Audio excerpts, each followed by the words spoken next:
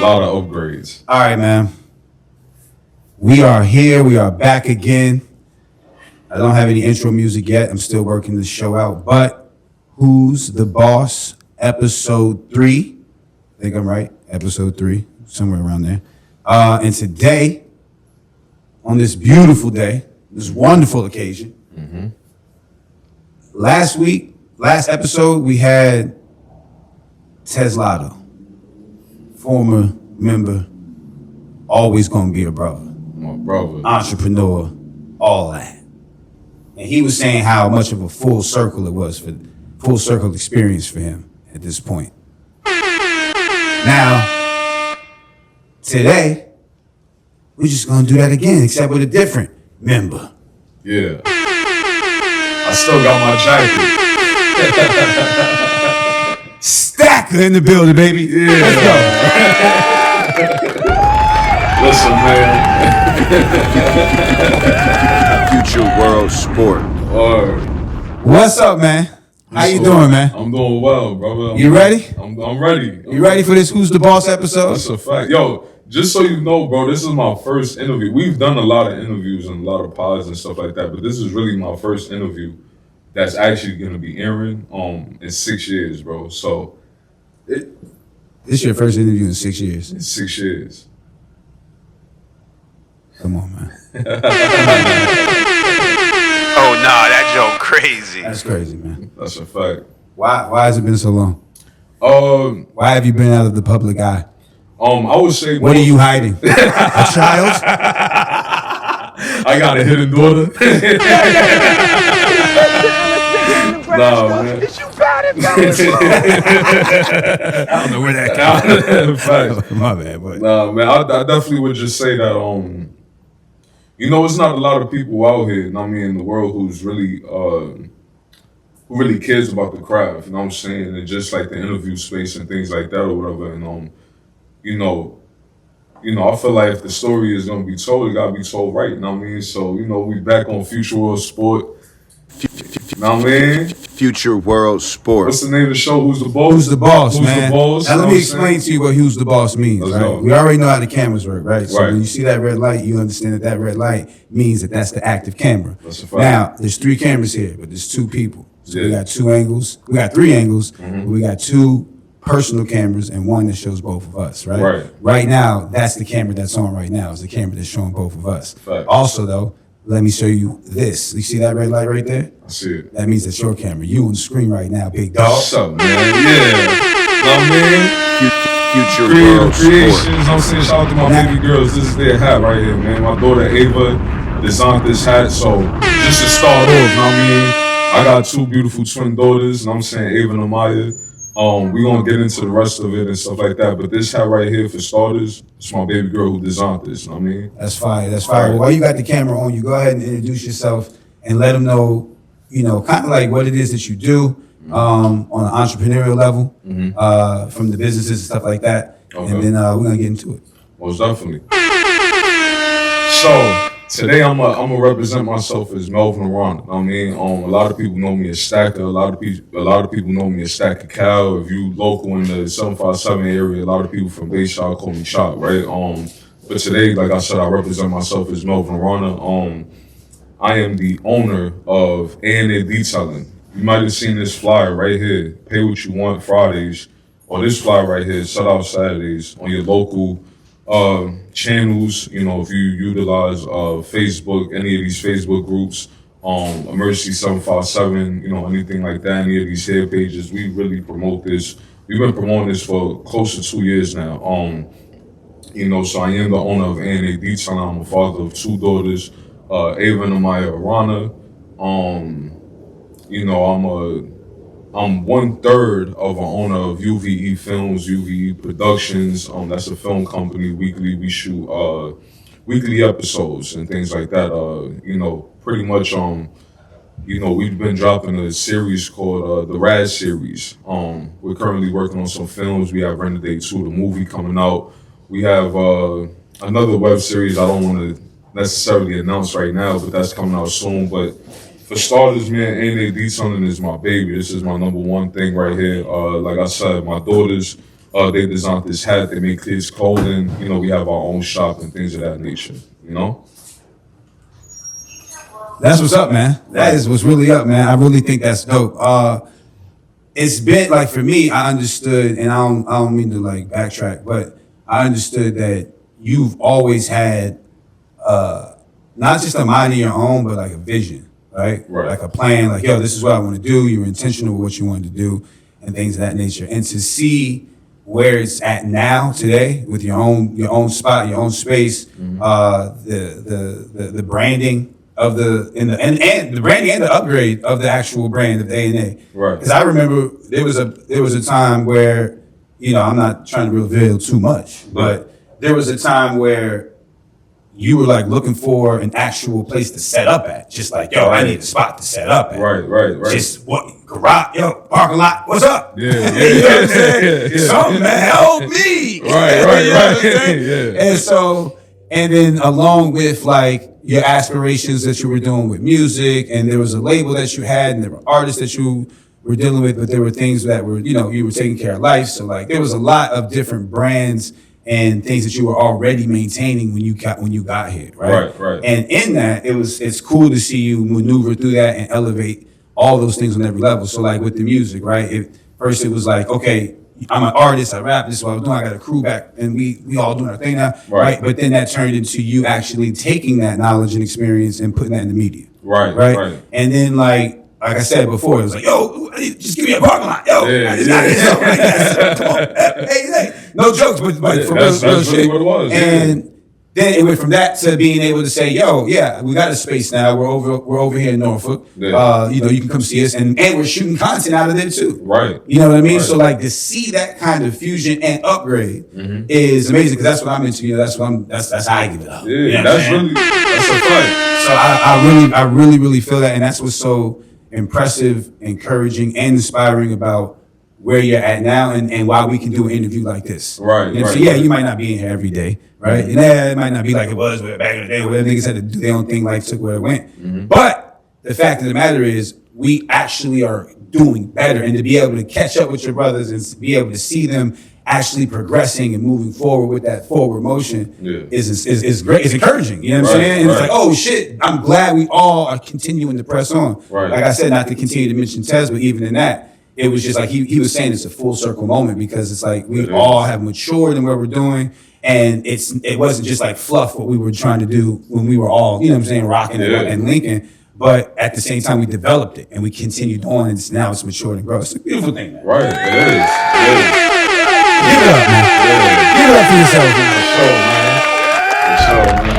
I definitely would say too, like, I mean, like, a big part of this too that I love is the fact of like how you were speaking to, bro, like on my behalf, walking into this space, I remember from the first day ever, or from the first conversation you and I ever even had, shout out to Maul, you know what I mean, Spencer Maul, that's his name on Instagram and things like that. But shout out Maul, shout out to Maul. You know what I mean, that was my supervisor. Like, you know what I mean, I was just asking him about clothing, and I was just like, you know what I mean, like how he was explaining just guerrilla marketing, just trying to figure something out.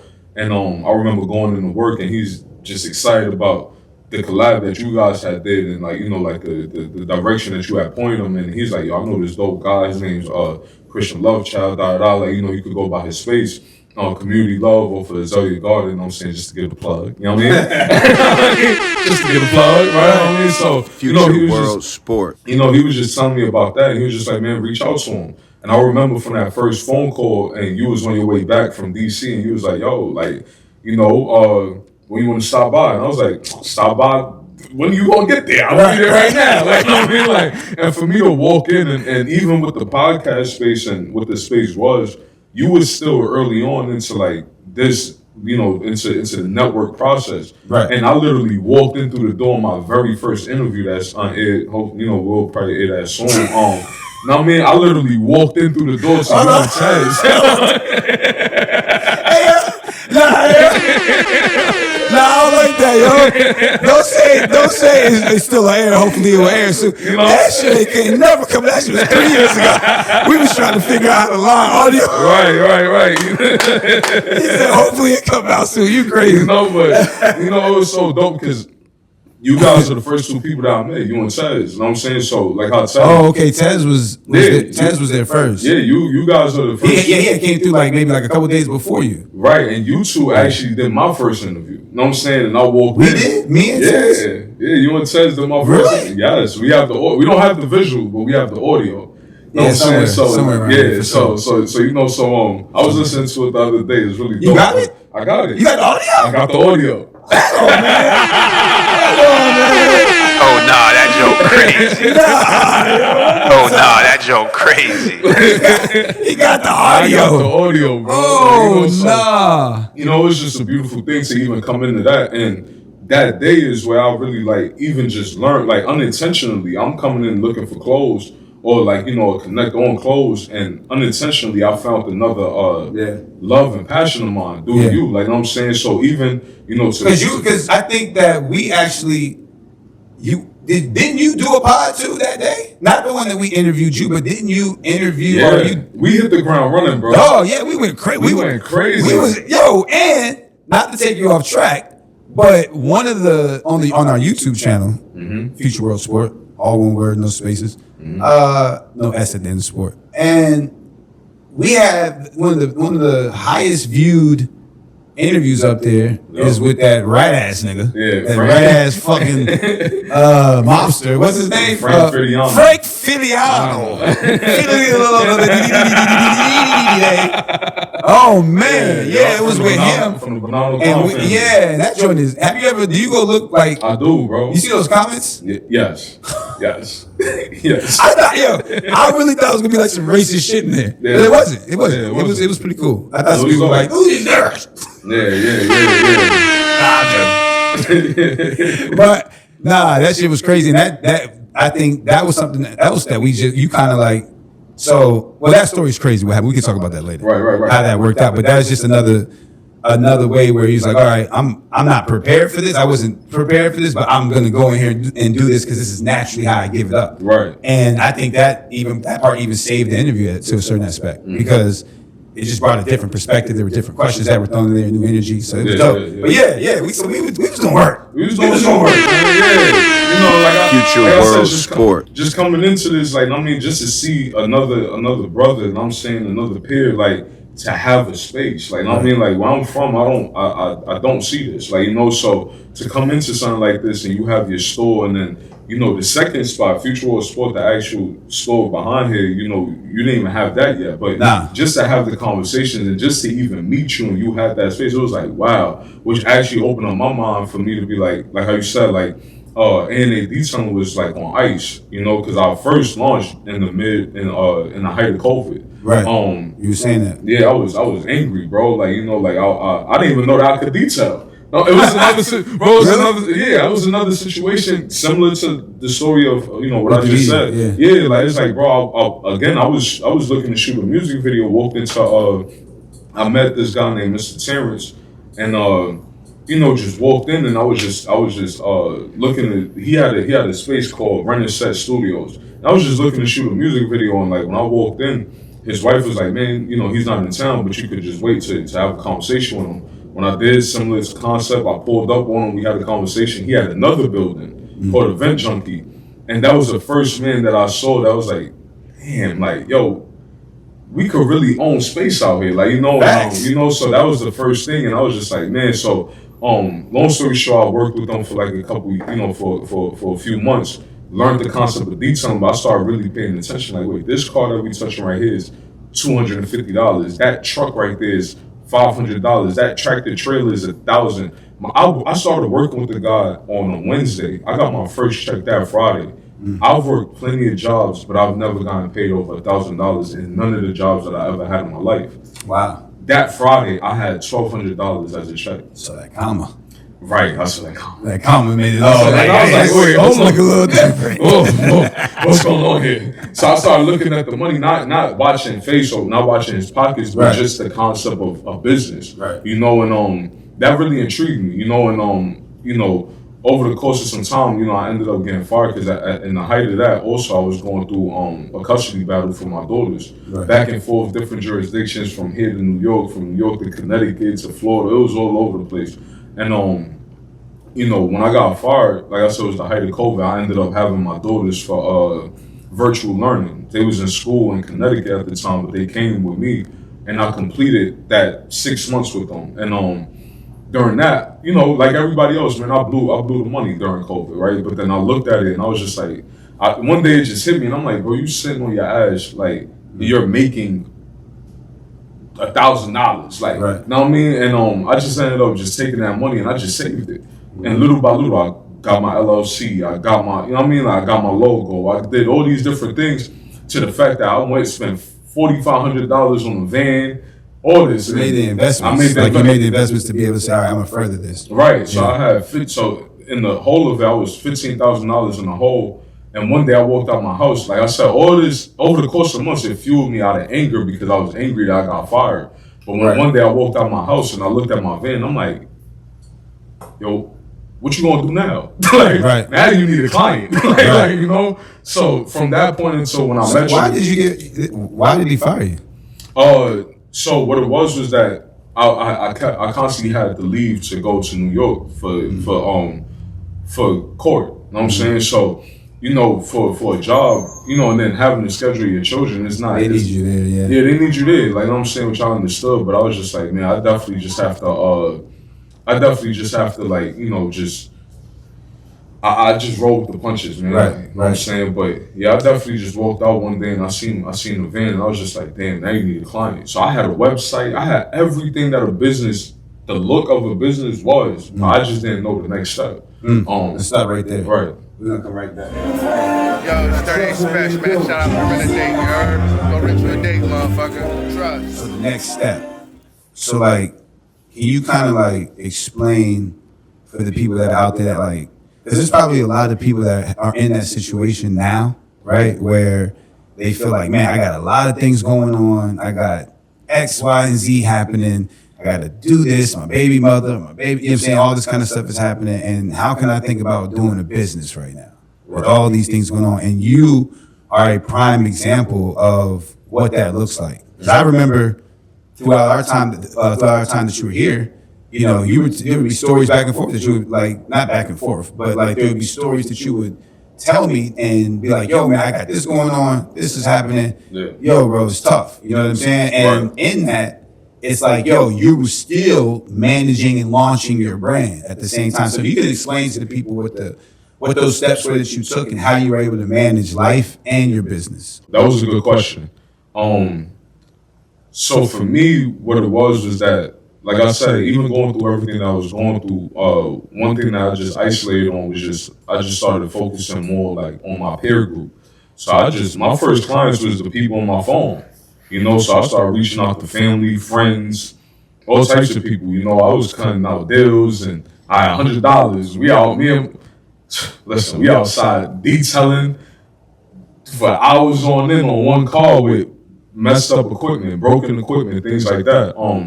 I actually ended up striking the deal with it was like a dealership down the ocean front. When walked in, spoke to them. It was a horrible deal. They wanted basically like full details for $100. But we doing auction vehicles and vehicles with throw up in it and grass and gravel, all types of stuff that's taking us all day just to do one vehicle for $100. So we started off doing things like that, and then at a point, like I said, family and friends to that, at a point I just looked at it and I was just like, man, like life caught up with me, because I still was working.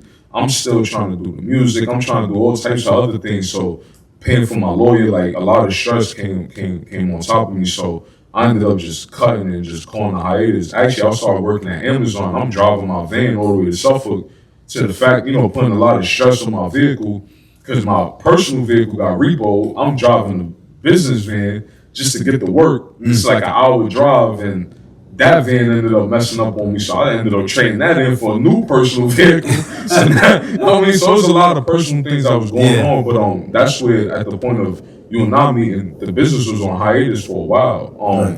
We ended up relaunching with like a new concept. I ended up dating a young lady, and with her. Let me ask you a question real quick though, because like when it comes to experiencing like, you know, the ups and downs of what life brings, right? But then at the same time, you still got to be motivated to say, hey, I have this vision, I have this dream, I'm trying to like see it through. How do you keep yourself in it, even when you feel like, oh, okay, I have to take a break just so I can stay in it? How do you do that? What does that look like? What kind of mindset are you in, and what do you tell yourself? Bro, I'm gonna be honest, bro. Like, it's not. It wasn't always me. Like, you know what I'm saying? Like, I did not believe a few times. You know what I'm saying? Like, to be honest, like, life was beating me up, bro. Like, real talk. You know, and it was, I would really take a test, you know, and tip my hat to like the ones that was around me, my circle. You know what I mean? Even just the vision and the idea of like, yo, like my peers, like you, like, yo, Love Child did it. My ex, you know, the young lady that I was dating at the time was doing it. You know, and I'm like, I had a lot of other people that was around me that was actively in business and went through ups and downs as well. And it was just like, yo, if they could do it, so could I. And also the music that I listened to, and Nipsey Hussle and Jay-Z and I mean, I'm sure that a lot of these people went through ups and downs. So that was a part of it. But truly, like at the point of like the relaunch and the whole pay what you want concept, it was really my circle, bro. And it was like a team of 5 of us that started off with that concept. It started off with conversations. And again, bro, I don't know what it is about Wednesdays, bro. On a Wednesday, the young lady that I was dating, you know, she comes, she's like, look, you have something that's amazing, bro. And she's like, look, you need to like, we're gonna push this. And she's like, you need to reach out to your resources and we need to set up and we're gonna just come up with something. We're just gonna go outside and just detail. Right. And one of my other peers, my brother Arian, he runs he has a moving company, you know what I'm saying? And it's called Ready to Move, you know what I'm saying? So he was there, we throwing out different names to title it to come up with like a flyer. Right. And he was like, just different names, but the one that stuck in my mind, I was like, ooh, it was Pay What You Want. Right. And I was like, then that's different. Right. So we coming up with different concepts of what does Pay What You Want look like. But me being the expert in the field, I'm like, look, we can't just go outside and just do regular car washes for Pay What You Want. That's what they'll expect. Right. Or a name your price. They would think that if they pay you $20, you're just gonna do a quick vacuum, quick wash, but it's gonna be like, I don't want to diminish anybody, but it's gonna be like, you know, again, what you expect. Just like just something that you would get for free real quick. Yeah, right. No care, no love, right? So I said, you know what? I said, look, if this is what we're gonna do, we're gonna have to give them a premium package and literally meet God halfway and just say, we just doing good service for the community. No expectation. Where were you doing this at? Like, where was the location at? So that Wednesday, I went downstairs from my ex house and I went across the street. It was Universal Cuts Barbershop off of Wesleyan Drive. I knew Mr. Marvin for plenty of years. I went to school with his stepson, things like that. Went in there, spoke with him. He was like, yeah. But for years, he been trying to, since I was like 15, he been trying to get me to like, yo, go get your barber license. Become a barber. I was saying, and it just didn't. I was like, nah, ain't my style. Like, you know what I mean? Like, but I came to him with this concept, and over the course of years, he was just like, you know what, Mel? Do your thing. So he let us rock out. And we came out for that first Pay What You Want, and we were successful, bro. Made over $100. You know what I'm saying? And, you know, it was dope. You know what I mean? Like, it was dope. So, you know, like, we launched with that concept. And, like I said, I just wanted to give, like, a premium detail for whatever price. You know what I mean? Like, I just wanted to give a premium detail and not care about what the person was going to pay. I just wanted to get, that was my billboard. I wanted to get the city buzzing. Like, you know? Let me ask you a question. Did anybody ever try to get one for free? Like, pay what you want. Yes. Oh, yeah. Really? Yeah, a few people. You know, people who try to come around and, yo, I did this for you. No, well, I'm saying, like, for the Pay What You Want, did people always pay?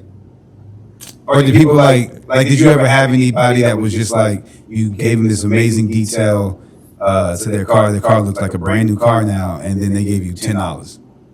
Yeah, that's happened. Okay. You know what I'm saying? But we've also had people who try to, you know, who just didn't. Honestly, no, bro. Nobody's never. We have gotten $10, $20, but the most that we made from one client for a Pay What You Want was a Sprinter van, and he paid us $200. Oh wow. Yeah, he paid us $200. in one shot. And I remember I was at work. I was at Lipton Tea, and I seen that deposit come. I'm like, yo, did y'all do a detail? I'm calling them. Did y'all do a detail? They're like, nah, that was to pay what you want. I'm like, what? Like, so the concept from at base is just like, bro, you never know. Like, if I was to do that for you, right? Like, I don't know what your space is. You know what I'm saying? Like, but I could say that to Jeff Bezos, bro. Pay what you want. And he could come for one day and try to test it out. You know what? I'm gonna give him a handshake. I'm gonna take that handshake. Right. But next time he might really love the character, really love the experience, and say, you know what? I'm gonna give him $1 million. You know what I'm saying? So I just never wanted to put myself in a position where I shoot myself in the foot. I just wanted to meet God halfway. Right. That's dope. That's dope. And my whole thing is, when it comes to like doing this business and being an entrepreneur and launching your own brand and maintaining it, you gotta believe in God for sure. Right. And then after you believe in God, you got to also believe in yourself, right? Because you got to understand that whatever's coming my way is never going to be too much for me to bear. Right. And I know that if I got myself this far, I can continue going forward. Right. You know what I'm saying? And as long as I'm here, I'm not dead. So there's got to be a purpose, and it's not just going to be the. I always used to tell like the people I would like come up with when I was younger and stuff, like not younger, but when I was like in my 20s, and I was trying to like make stuff happen, and I was just like, yo, like, listen, I'm just putting in the work now. Like, I'm doing everything I need to do now, learn it all now, because when it comes, I want to be ready. Right. So I want to be able to be ready for my opportunity. Yeah. You know what I'm saying? Preparation meeting opportunity, that's your destiny. Facts. So, but yeah, man, that's incredible, man. That is really incredible. So, like, how would you update today? Where are y'all at today with it? So today, I know we getting there. So just to speed it up, October of last year, Well, hold on. My fault. I'm sorry. Well, how long did the pay what you want last, and where did that take y'all? Because y'all obviously didn't stay in that space, parking lot. Right. So it took us for a long time, bro. It took us for about like a year and a half, actually. That concept, we ended up, back with the team and doing regroups and meetings and stuff. I was like, man, we got to create a problem.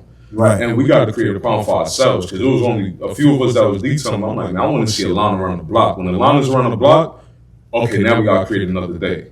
So at first we started off paying, I'm gonna just say it. We was paying $40 a day, right? Mm-hmm. Was paying $40 a day. So until it became lucrative. When we seen that line around the block, I said, all right, we're gonna come up with Saturday. Another young lady that was a part of the team ended up giving the name Set Out Saturdays. We created Saturday. Those 2 days actually became very profitable for us, where I was able to go back to them and I ended up negotiating a deal saying, all right, well, we've been here for a while. I think it was up until like 6 months. I was like, we've been here for a while. I would like to sublease the back half of the shop, in which he let us do. In that, I allowed, not allowed, but right. So, you know what I'm saying? So, that's dope, because you negotiated, you proved your value, showed your worth, and then you negotiated a deal that could help you upgrade what you was doing, access to more resources and space, all that kind of stuff, and then kind of like it just established you. So that's dope. That's really dope. Yeah. So for me, like, and the big thing during that time too, what I was studying was Apple. I was studying Apple, I was studying Amazon, I was studying McDonald's, and then just the concept of vertical integration. Nobody has a vertical integrated company that's at its peak like Apple, right? And for me, what it meant at first was just collaboration with others. So my ex-girlfriend at the time, she was a hairstylist. So even in my deal that I negotiated a deal where she was able to share space in the location. Oh, wow. Yeah. And set up shop for what she's doing as well. Right. So that's even more, that just goes to show how good of a leader you are, and good of a, at the head of your, being the boss, basically. Yeah. That's a good boss, because you're creating opportunity for not just yourself, but for others, right? Right. To be able to like empower. And it's like, hey, look, I understand that we can be able to fuse brands together and figure out how we can really maximize. Like, that's what I'm about. So that's really dope. Yeah, bro. Like, at the height of it, what I seen was, I remember at the height of it, right before we, had to leave and things like that. At the height of it, bro, like, we had people, let's say somebody came in and they wanted a detail. They coming in for a pay what you want, but then they have locks and they looking at her like, I need my locks done. Now they getting their locks done all at the same time that their car getting detailed. They might need a shape up. They going to the front half getting the shape up. They might have a kid with them. Now they buying juices and ices from the barbershop. You know what I'm saying? So you created an ecosystem. You created an ecosystem, and it's sort of what I have here. So like, and I feel like that's like the future of what brands and like businesses are about, like the ones that are for the future. Like, you have to be able to create a multi-layered ecosystem if you're going to be a successful brand. So it has to be of just, like they always say, you got to have multiple streams of revenue, right? But like with the ecosystem within one brand, especially like when you're dealing with like brick and mortar or like a location, you don't want to just, yes, you want to have your bread and butter or the main thing that works. But then if you're able to say, hey, you know what?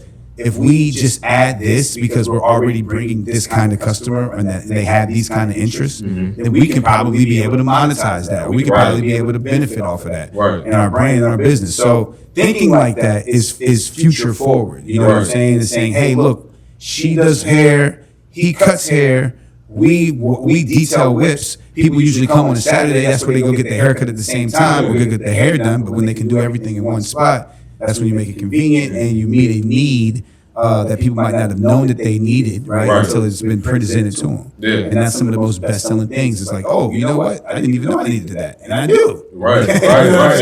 Convenience, exactly. And just being predictable, too. Like, you know what I'm saying? Like, a lot of the books that I was reading, like Think and Grow Rich, The E-Man, Contagious, my favorite book, The Richest Man in Babylon. You know what I'm saying? Like, a lot of these books that I was reading was just showing me and teaching me different things of what that looks like. So, we did that. Like I said, we ran our course there. The young lady had, she ended up moving into a new space. On our behalf, last October, we was put in a position where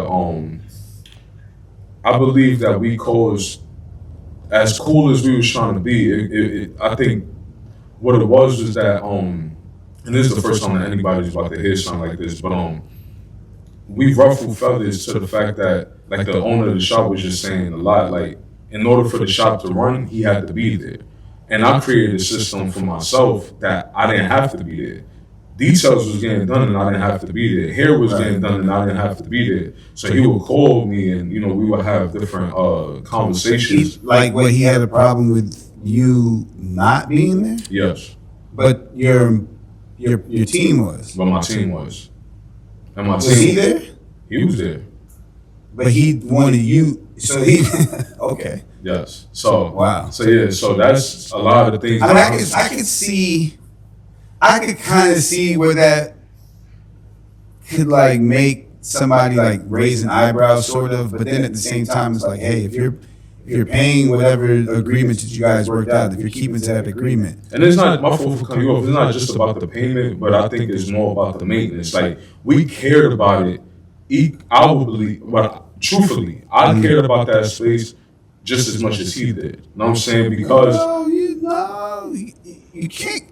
Well, I understand what you mean. Yeah, like, he was there, you got there, he had been there. He put in work, he worked to a point. So he probably cares about it more, and obviously it showed because he wanted you to be there even when he was there. Like, there was a certain way that he saw it. He was so particular about how he's refined it and made it. So he probably had loved it more. But the thing is, you respected it to like it was yours. You know what I mean? Yes. Because we came in, man, we was cleaning gutters, everything. Like, I mean, but it was just show, and we wanted to just not prove anything. Well, see, you know what?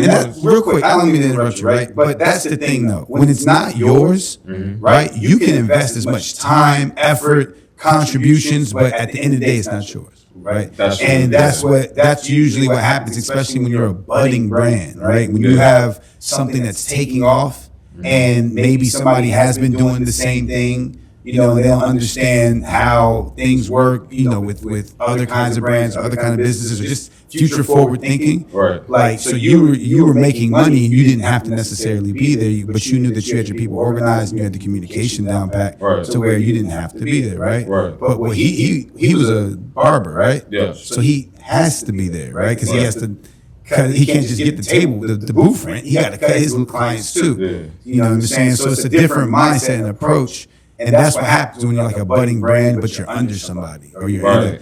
You know, sometimes you outgrow the situation. Yeah. You know what I mean? So Yeah. it happens. Yeah. And that's just something I wanted to point out for the people that, because everybody that's a business is in their own unique scenario. Right.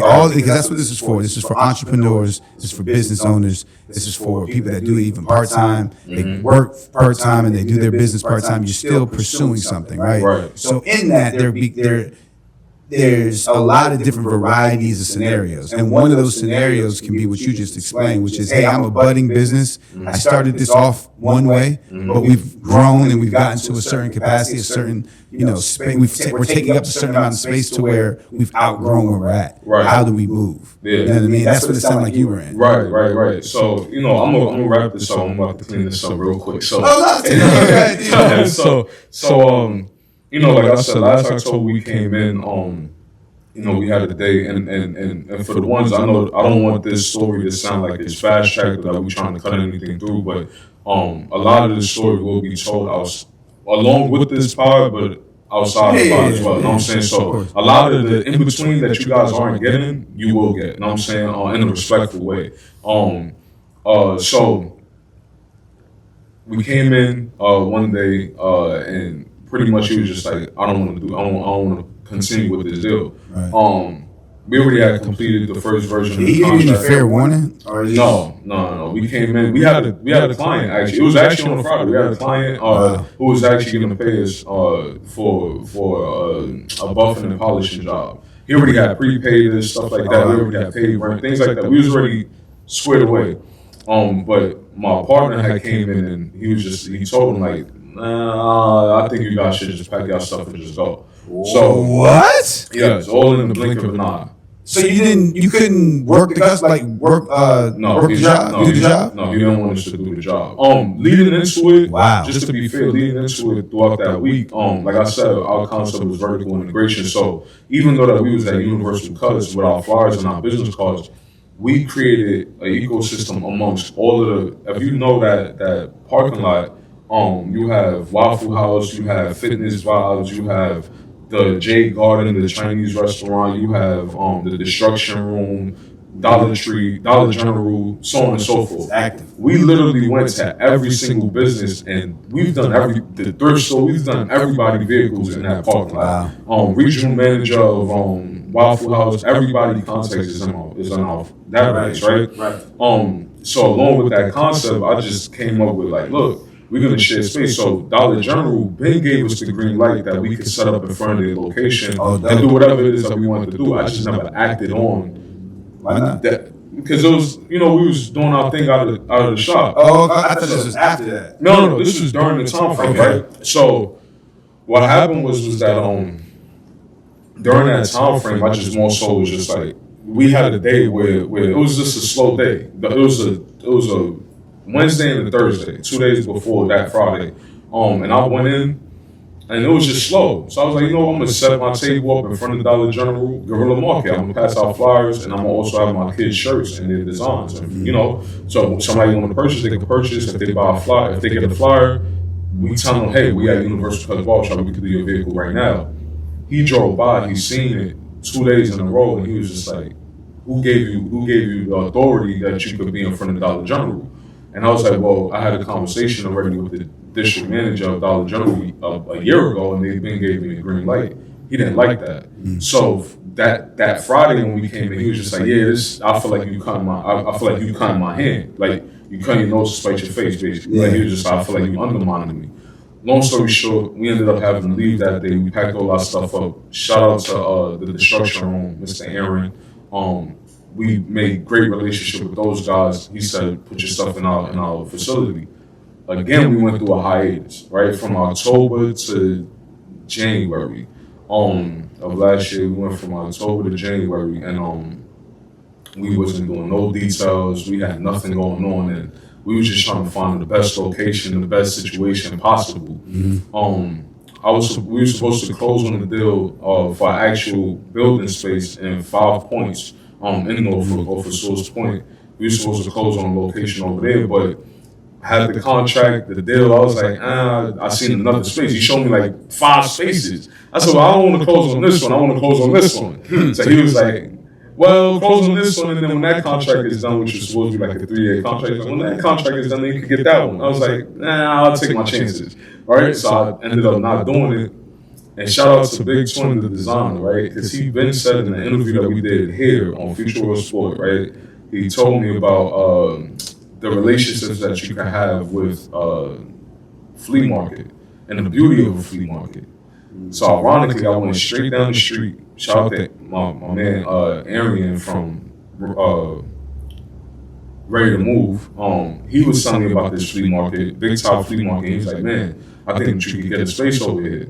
When we went over there to scout the space, it had the very first unit at the entrance was vacant. So I went and had a conversation about it. Long story short, we ended up getting the space. As soon as we got the space, this is in January. As soon as we got the space, we was just like, you know what, we're gonna start renovating, and we're gonna just say that we open for business. And since January, man, we've just been going. Man. We finally got our first location. This is our first hub location, Big Top Flea Market. We negotiated the deal there where we have the keys, we're able to be there 7 days a week.